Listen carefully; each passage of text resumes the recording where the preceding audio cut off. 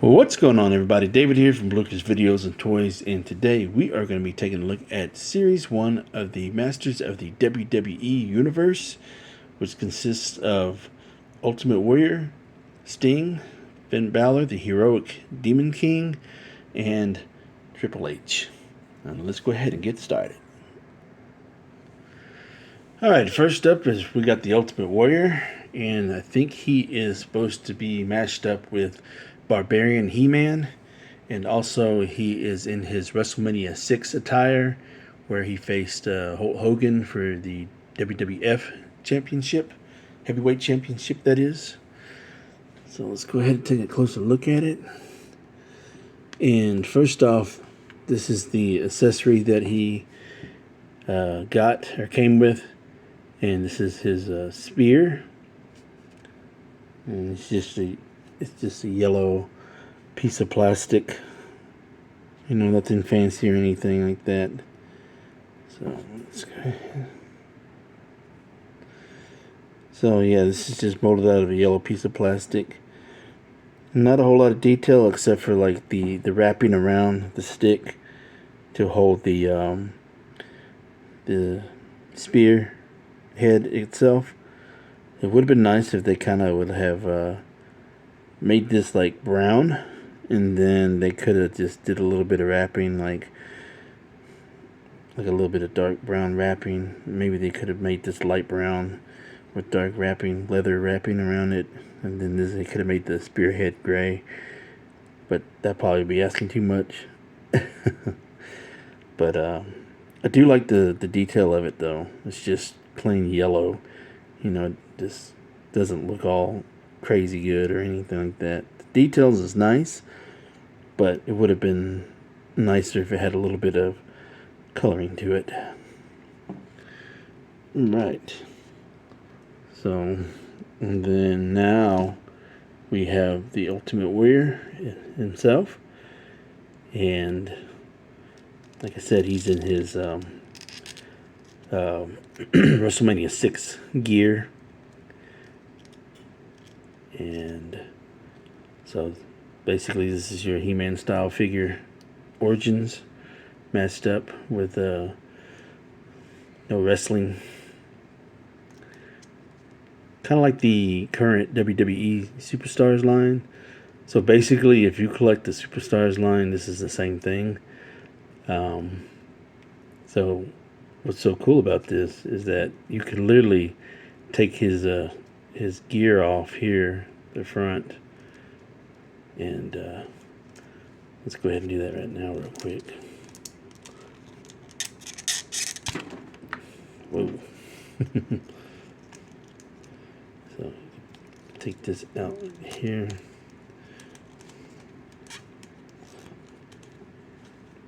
And just remove that. And then you have your WrestleMania 6 figure. Now, the only thing that's different is the the armbands that he has. So I don't think these were a different color. These were like orange and red and yellow. They weren't green or yellow. This is just to kind of mesh with the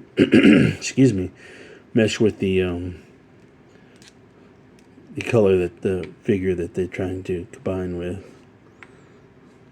So here is his attire that he wore. So it's very unique and different, I must say. And it's brightly yellowed.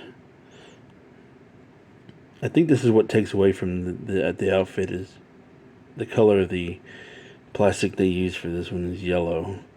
So very detailed and everything. You can tell that's the belt buckle right there, because this is essentially what it looks like. It's a belt buckle, and then the straps around here, and then you have the back piece right there. So it is different, but it's just bright. It takes away from a lot of the detail. Should have been like, if they wanted to do a mashup, this should have been like orange or something, or green, not yellow. The armbands are fine, but it's just the brightness of this plastic, kind of takes away from the detail. So, like I said, this is his WrestleMania 6 attire, so if you wanted to display him like this, then you can. And so this is basically, you basically have a WWE Superstars figure. The only thing that's different is the armbands. It should be like orange and yellow and red, not green. But like I said, they were just trying to do it, just kind of make it more sync with what he's wearing. So I do like the fact that they added the warrior symbol on his chest. So this is pretty much his WrestleMania 6 attire. It's missing a few things, but they got the basics down. So this orange tights with the warrior symbol in front, and then they have the warrior symbols, the orange knee pads with the green boots and orange whatever these called, I forgot. but yeah, other than that, it's an amazing figure.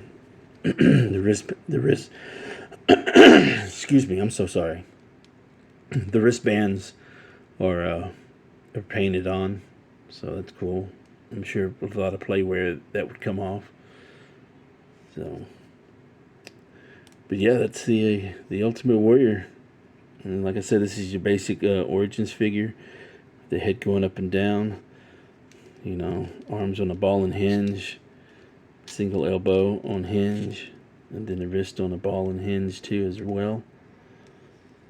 And then leg splits.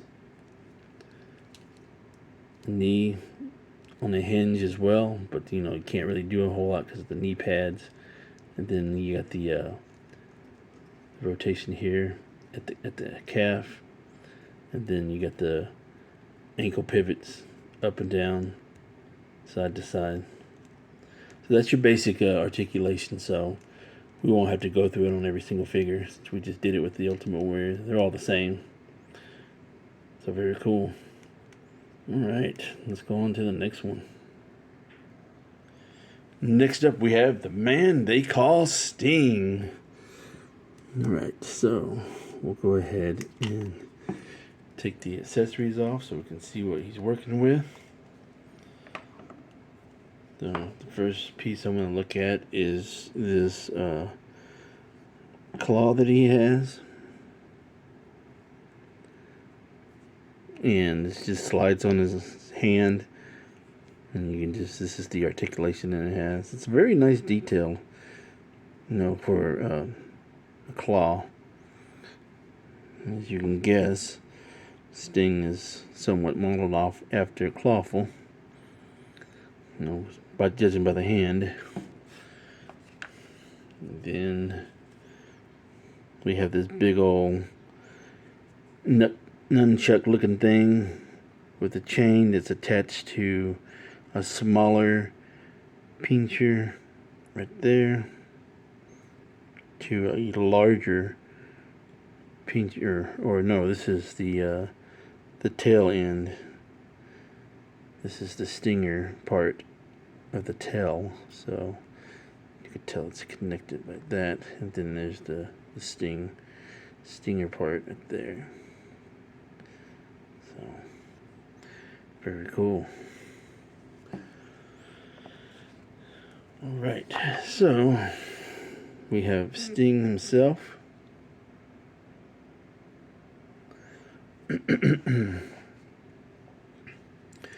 So the gear that they gave Sting, I believe this is the gear that he wore in Starrcade 97, I believe, or 96. Can't remember exactly. No, 97, because this is the gear that he wore when he beat Hogan at Starrcade 97 for the WCW Heavyweight Championship belt. So very cool that they used this as the attire to go along with his Motu gimmick. So very happy to have this figure. It's a very nice figure. I love the head sculpt of it. And I like the gear that they used, like I stated before. So originally this tail was supposed to go down here and kind of go around his leg. And it never was around its back area, but it was just kind of wrapped around the leg and everything like that. So it was pretty long. So very awesome. Just that head sculpt is amazing. Probably like the best Sting head sculpt out there, if I'm being honest. You know, they had a lot of cool Sting figures, but this one's probably tops them all. It looks exactly like him. You know, even though these figures are supposed to be kind of cartoonish, but this is the head sculpt in my opinion. And you know that's Sting. Alright, so let's go ahead and gear him up real quick. Alright, so you got one claw, the claw that he uses on his hand right there. So like I said, it's kind of matched up with the clawful. You could use it like that too if you want to, but it makes more sense to gear him up like that. And then here's this big old nunchuck looking thing. I don't see how he carries this thing. But in a way, these figures they come with one fisted hand and one gripping hand. So unless if you wanted to do some swaps, you probably could. So this thing's way too big.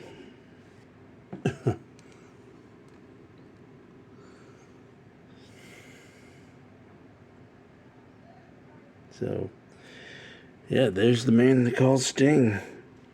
Like I said, I love his gear that they have.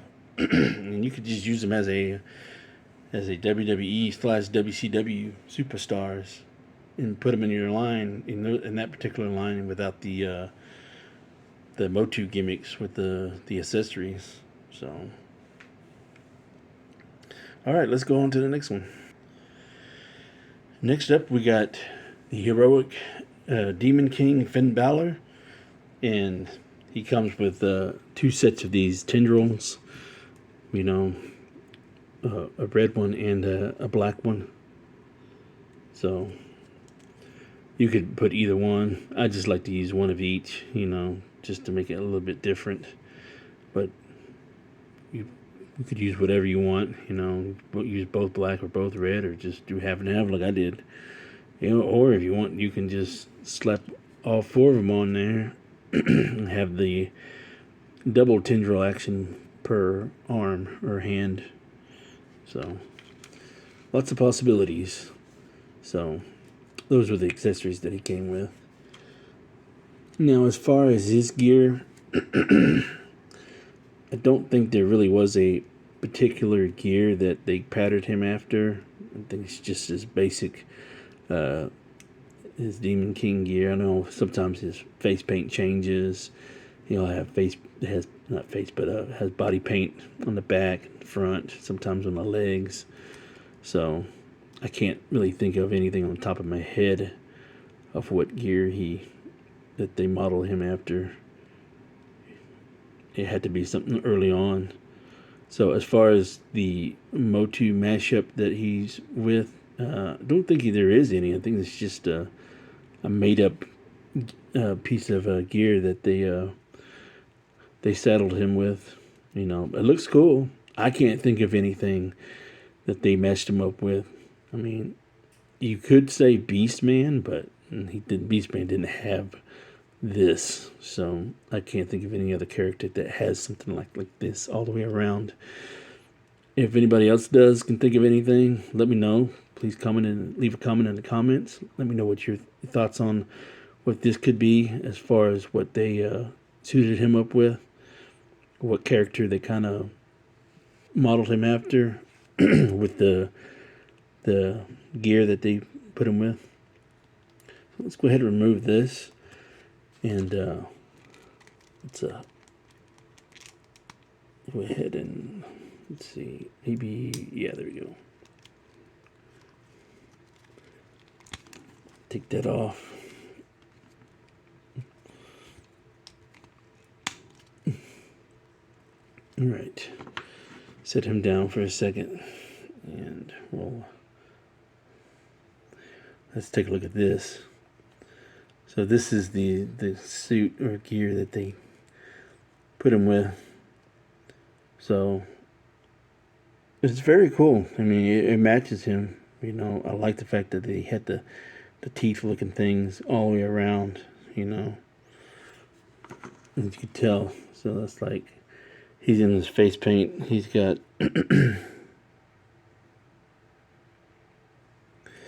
he's got teeth right there, and then he's got teeth right there. So it looks like, you know, teeth coming out at the bottom, and then you got teeth at the top. So looks cool, you know.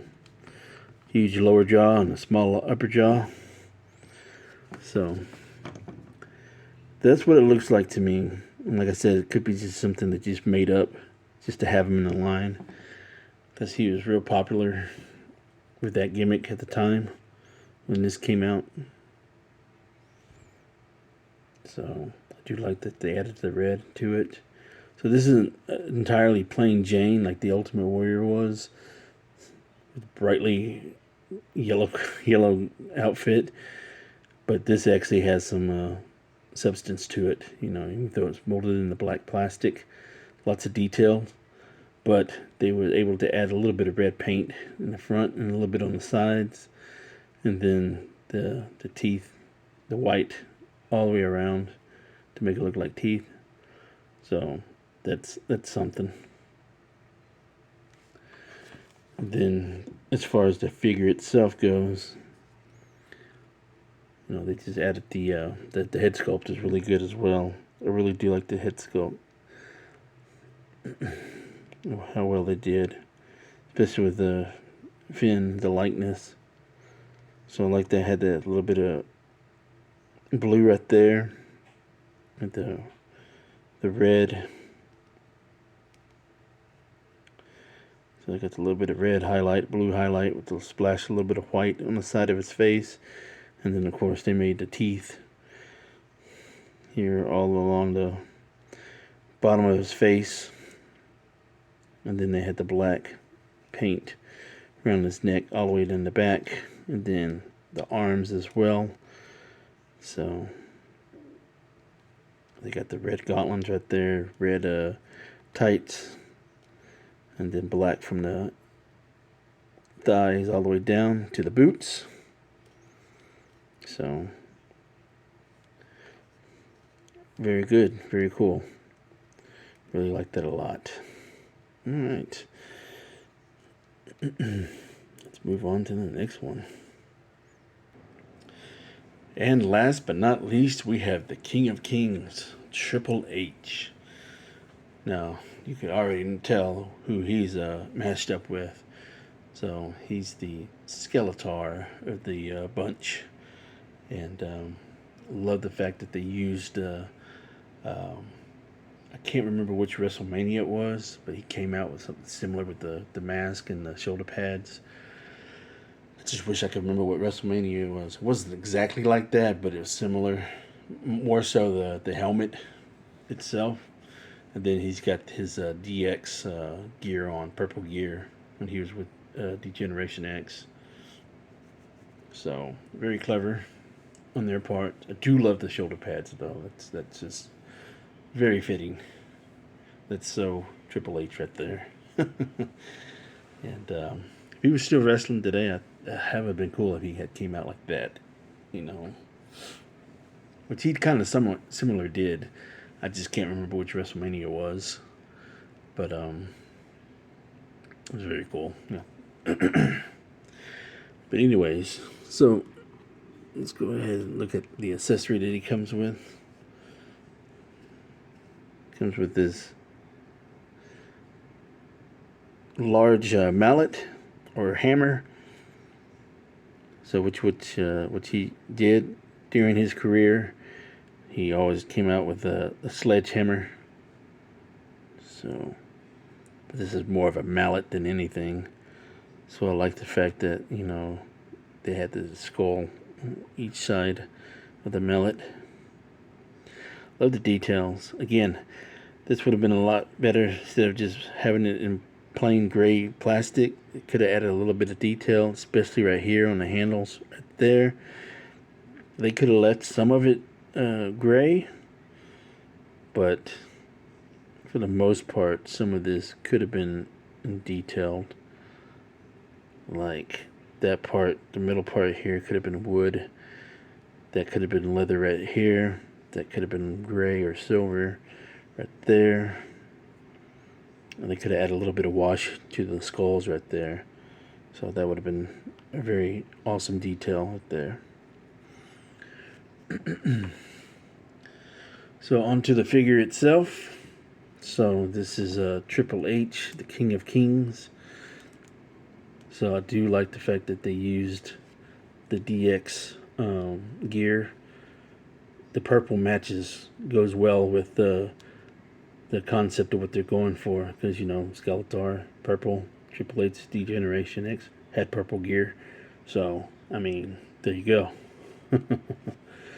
So this is the helmet it comes with.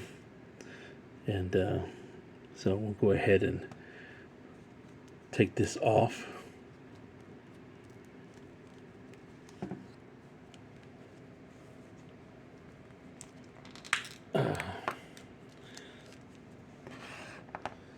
Take a closer look at the stuff here in a second. So this is the helmet that he comes with. Very cool. I do like that they added the purple coloring to it in the eyes. It's like a purple tint. So chainmail right there in the back. Got the king crown right there with the skull attached to it. So very awesome. And then as far as his shoulder pads go, with the cape, very cool with the spikes.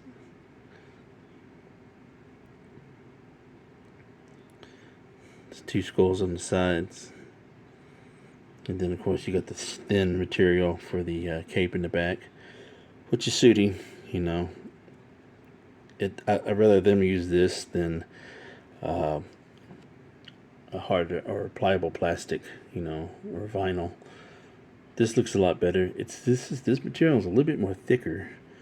It's not as thin, even though you can see through it, but it's not as thin as some of the materials that they've used lately, especially with the Superstars line. So you can tell the difference. It's not as thin. All right. So as far as Triple H goes, so like I said, they used his DX gear, the purple one. So just plain in the back, nothing fancy.